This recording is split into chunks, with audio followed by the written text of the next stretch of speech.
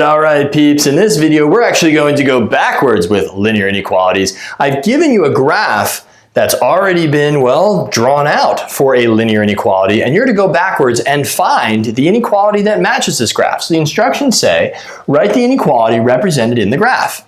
On the flip side of this video, I'll do one other one. It'll be pretty sweet. Okay, so how do we do this going backwards? Well, the easiest thing to do is actually to first figure out what your boundary is. In other words, let's find the equation of this line, ignoring the fact that there's an inequality and some shading going on. So this line has a y-intercept at -1. So I'm basically going to write out y equals mx plus b. That's my goal. That's what I'm holding in my brain. And I know that b is -1. Then I need to know what my slope is. So I'm going to get y equals something times x, and that's going to be my slope. So what is that something? Well, let's find the slope. We would go up 1, 2, 3 over 1, 2, 3, 4, 5. So you make that little triangle mentally like so.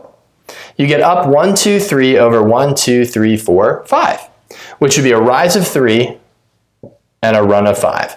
Now, if you're having trouble with that, go back to my earlier chapter, right, in chapter 6, where I am rocking and rolling, and you're rocking and rolling with how to write equations of lines. That would be a good place to start if this is giving you trouble. Y equals 3/5 x minus 1. Well, it's not equal to, it's a dotted line, and we shaded above it. So if we're doing everything greater than, right, greater than that boundary, then all the y values are above it. It would be y is greater than, it's dotted, so no or equal to 3/5 x minus 1. That's it. You can do a test point to make sure that's right. Again, 0, 0 is a good point to check. So if I plug 0, 0 into this, I get 0 is greater than 3/5 times 0, plugging in x and y, minus 1. And we get 0 is greater than -1, which is a true statement. So 0, 0 is in the shaded region, so we're correct with the direction of our inequality sign.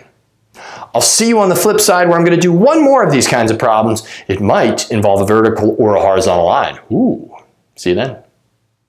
And here we are on the flip side of the video where, as promised, I gave you a vertical line with the shading to the left of it. And we're going to create the inequality that is represented by this graph, essentially going backwards here with linear inequalities. It says, write the inequality represented by the graph.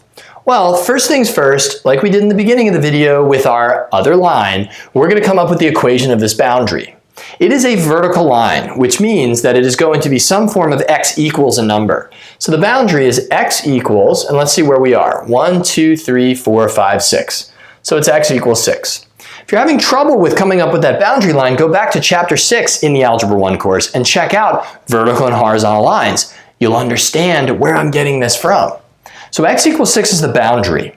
Now, is it less than or equal to or greater than or equal to? Well, these are all the x values to the left of x equals 6, or, well, less than it.